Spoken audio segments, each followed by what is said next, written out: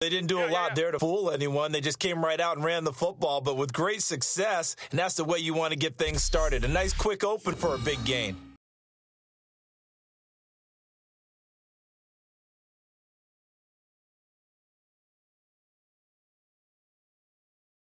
We always hear about the connections some quarterbacks have with certain receivers.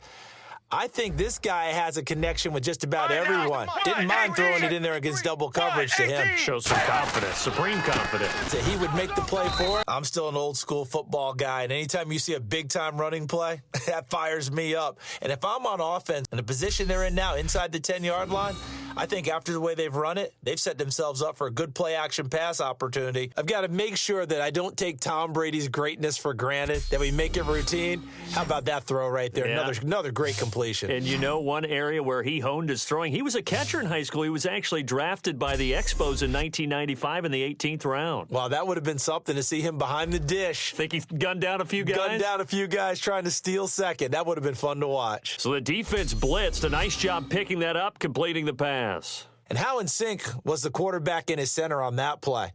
They saw the blitz, got the line engaged because now they know there are going to be extra guys coming at the quarterback, so they got their assignments down pat and kept them away from him, and he's able to step up in the pocket and fire one now for a good strike. Well, I said it's simple. It's not really that simple. This could be really complicated. We would love for it to be simple, to know that it did actually cross the plane of the goal line, but as you described, it is a difficult call. All it takes is a portion of the ball crossing that line.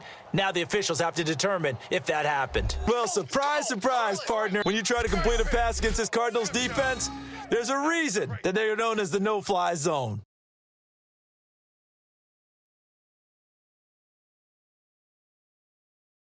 And it's like the offense did get the football back, but it is clearly in that end zone, and it's going to be a safety. And having built that kind of a lead, they're able to do whatever they want right now. All momentum on their side, especially now running the football. Yeah, you're talking about a defense being on their toes. They don't know what's going to hit them next at this point. No, they went from toes to heels, and they're trying to figure out how to get back to the toes part. Well, you feel the excitement build on those fourth down plays. Defense has to stay out there, but for the offense, when that thing doesn't work out, such disappointment. It can absolutely be a deflator, but how about the defensive guys? If they stop you on fourth down, they are absolutely to their bench. They're elevated now. Big stop on fourth down. I still remember the first time I met him.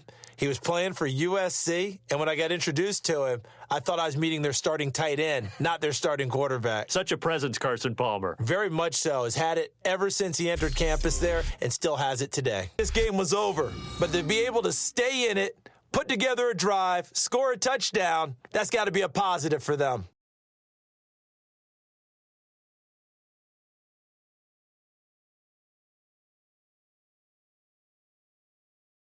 They trail offense, first time to touch the ball in quarter three, and we'll see what they can do. And I can't wait to see what they have planned, because some teams script to start a half. Other teams just go, okay, sequence of plays we want to run. These things worked well for us. And sometimes they throw in that big chunk play right away. Try and get after them early and try and create a big play to give themselves some momentum. All right, so let's look at these numbers. I don't want to read the tea leaves here too much, but maybe he's in his own head a little bit after that hot start and the cool-off. Sometimes this is where you get tested as a player in this league if you truly want to be an impact player or a star, because that's what they're going to face each and every game. Extra coverage, extra people. So now, do you fight through it? Do you find other ways? Or do you allow it to affect you to the point where you're no longer an impact on the game? And for the third time now, this is going to wind up a safety. Unbelievable. So the roughing the passer penalty, 15 yards, and Charles, the defender, needs to know to stop there. We've been talking about it for years. You essentially get one step after the quarterback throws his pass. Anything close to that or beyond that, you're going to get flagged.